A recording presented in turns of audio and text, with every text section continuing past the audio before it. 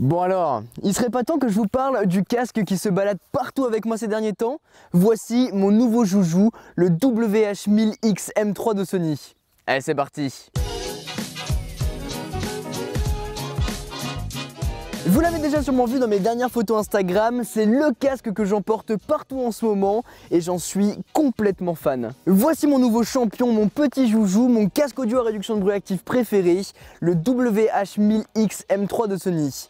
Les références Sony, va falloir évoluer là-dessus. Jusqu'à présent, j'utilisais quotidiennement le PXC 550 de Sennheiser, un casque audio juste excellent que je vous ai d'ailleurs présenté sur la chaîne. Mais là, Sony met la barre encore plus haut avec une excellente qualité de son et surtout une très bonne réduction de bruit active. Je suis beaucoup en déplacement, que ce soit dans le train, que ce soit dans l'avion, et je peux vous garantir qu'un bon casque à réduction de bruit active, ça vous sauve des voyages. Mais vraiment. Côté design, on va pas avoir beaucoup de changements par rapport à la précédente génération. Je suis resté en plus sur le même coloris beige absolument sublime. Le design est simple, on n'a pas de fioriture, c'est pas le casque le plus beau du marché, mais bon, il me convient et surtout il est très léger et très confortable une fois sur la tête. Que ce soit au niveau de l'arceau sur le haut, qui je crois est nouveau par rapport à la génération précédente, il est vraiment moelleux et les coussinets aussi sont vraiment géniaux, d'autant plus que ils englobent vachement bien vos oreilles et vous allez pouvoir garder le casque pendant 4, 5 heures, 6 heures et ça vous ne fera pas mal, ça vous appuie pas et ça je peux vous dire que ça fait la différence. C'est un casque aussi très flexible et si vous le mettez dans un sac ça ne l'abîmera pas, sinon il vient avec une pochette de transport rembourrée si vous le souhaitez.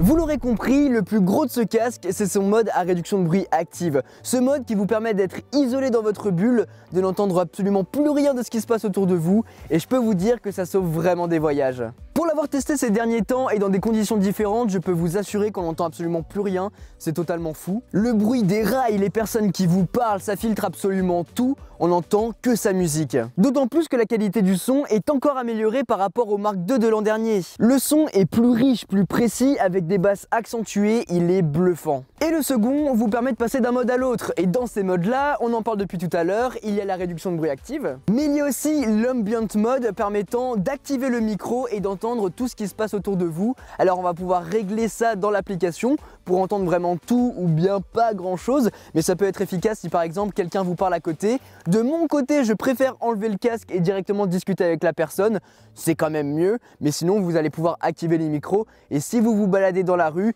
vous pourrez entendre ce qui se passe autour de vous. Et finalement sur iOS, quand on reste appuyé, on va pouvoir lancer l'optimiseur et comme son nom l'indique, il va optimiser la réduction de bruit active par rapport à ce qui vous entoure, le bruit vous environnant. Donc ça sera différent dans un avion que dans un train que dans la rue par exemple. Donc ça peut être pas mal de l'activer de temps en temps. Sinon sur Android, vous pourrez rester appuyé pour lancer Google Assistant ou Alexa il me semble. Mais par contre pour Siri, ça se passe sur le pack tactile. On reste appuyé, on le lance, mais on va y revenir. Du même côté, on va retrouver le port jack si jamais vous voulez relier le casque à votre smartphone en jack ou bien à l'avion. Et de l'autre côté, on va retrouver un port USB-C. Et ça, c'est génial pour recharger son smartphone, son ordinateur et son casque avec un seul et même câble. D'autant plus que ça permet aussi de recharger plus vite le casque et en 5 minutes, vous pourrez avoir 5 heures d'écoute. C'est énorme. Parlons maintenant de ce qui fâche. Le pad tactile. Tout comme l'an dernier, le pad se trouve sur l'oreillette droite. Elle vous permet de contrôler le volume en slidant vers le haut ou vers le bas ou de changer les pistes en allant vers l'avant ou vers l'arrière. Mais l'an dernier, j'avais un petit problème. Quand je mettais la tête sur l'épaule, et ça déclenchait les actions. Cette année, c'est tout le contraire. Il faut slider vraiment 6 fois pour commencer à avoir des petits trucs. Après, de mon côté, ça m'importe peu étant donné que je fais tout avec l'Apple Watch. Je règle le volume avec. Donc bon, ça m'importe peu.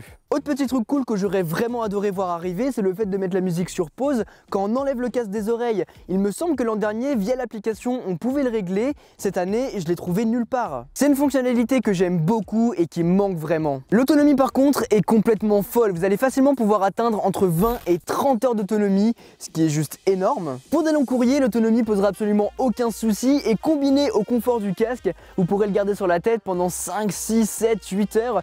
Ça ne posera aucun souci et ça sera génial. Voilà, je partirai avec ça quand j'irai aux États-Unis. Le prix, c'est peut-être ça qui pourra freiner votre achat, c'est 379 €.